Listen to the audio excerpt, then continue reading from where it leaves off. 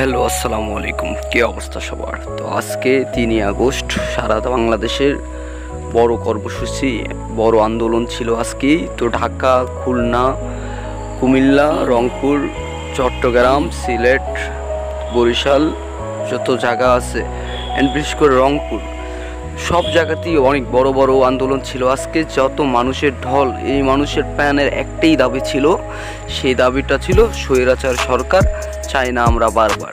তো এই দাবিটা কী ব্যাপারে ছিল, তো সবাই তো জানে।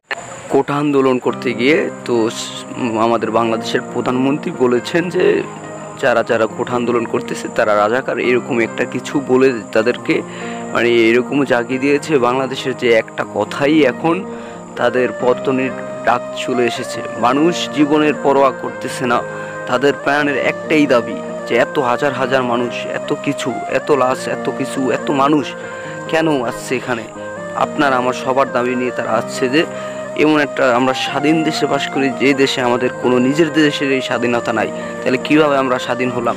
তো বাংলাদেশের আরেকটা প্রথম নিজেদের একটাই দাবি যে আমরা বাংলাদেশ স্বাধীন করব, নতুন করে বাংলাদেশ স্বাধীন করার ডাক এসেছে 2024 সালে। 2018 সালে একবার শিক্ষার্থীরা আন্দোলন করেছিলাম, তখন সরকার এই জিনিসটাকে হালকাভাবে দেখে নিয়ে সেটা মিটমাট করে দেয়।